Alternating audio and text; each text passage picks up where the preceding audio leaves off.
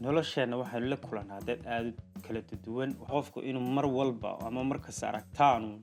ay tahay mar wax doonaya isagu oo aanay waxba kaaga soo noqon qofka ogow waa xilliga aad u baahnayd inaad tiraahdo maya ama saqda dhaxaa kula soo hadlaan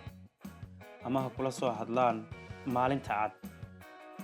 go'aanku soo gaaray isagu waxa weeyaan inaad u fuliso waxa uu ka rabo maya xagaaga marnaba kama filayaan helitaankaad wax ka helaysid qofkaasi isaga aad buu u yar yahay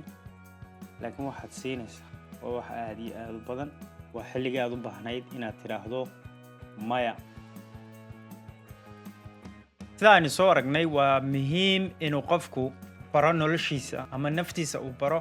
inuu yiraahdo maya markaan wax awoodin marka laga eego xagga dadka waxa ka caawinaysa inuu qofka kugula soo degdegin